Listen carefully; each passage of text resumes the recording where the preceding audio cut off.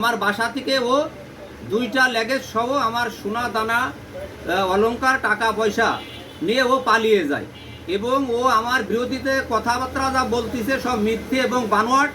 বিসমিল্লাহির রহমানির রহিম। আমার নাম মিজানুর রহমান, আমি একজন প্রথম শ্রেণীর ঠিকাদার। আমার বাড়ি কাশীনাথপুর, মাগুরা জেলা। আমার ওয়াইফের নাম রুনা। আমি গত ঈদের পরের দিন ও বাড়ি চলে গেছে। আমার বাড়ি যাই 10 দিন থাকার পরে ওর বাড়ি 10 দিন আসছে। আসে থাকার পরে আমার বাস্তি বিটার বোন নিয়ে সাথে করে নিয়ে ও ঢাকায় আসছে 19 তারিখে।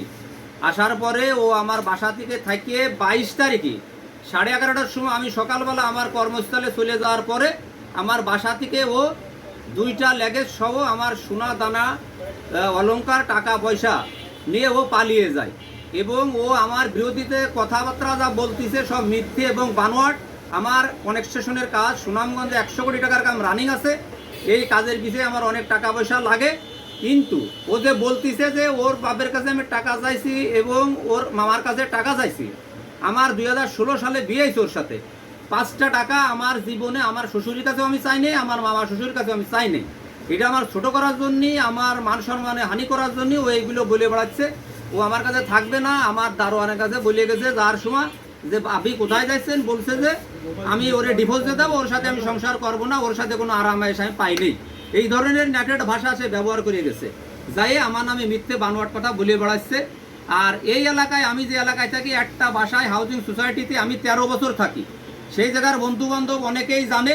আমার বাসায় সবসময় 2টা ফ্রিজ আমি বাজারঘাট সবসময় রাখি এবং ওর যে বিলাসিতা কাপড় চুপড় দিই এইটে কুকনোর মানুষ সবাই জানে, ওই এলাকার মানুষ সবাই জানে।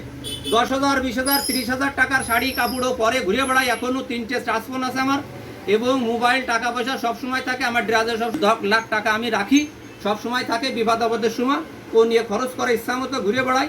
কিন্তু ও যে কথাগুলো যায় বলতেছে যে এই যে আমি দিনা আছি, আমি হয়তো এক জায়গাতে মাল নিছি, সেই মালটা আমি আবার বিল পাইয়ে পরিশোধ করে দিই। এ টাকাটা তো আমিই দিই এবং আমার এলাকার লোক জানে, এই মোহাম্মদপুরবাসী জানে।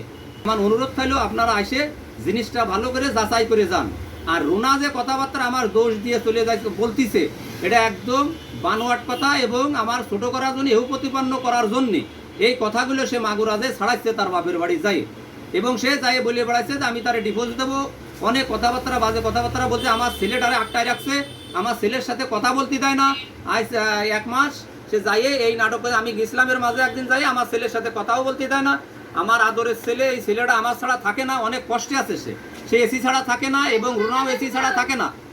এই জন্যই আমি মাগুরাবাসী দিতে চাই যে এই আপনারা দরকার ঢাকায় আসেন, আসে আমার বাসা দারোয়ান আছে, সিকিউরিটি আছে, আমার বাসার আশেপাশের লোক আছে। তারপরে মিলন ভাই যার নাম বলেছে, সে মিলন ভাইয়ের সাথে কথা বলে যান। মিলন ভাই 1 টাকাও পাবে না, এটা একটা বানোয়াট কথা, তার কাছেই শুনে যান। এই আমার অনুরোধ থাকলো।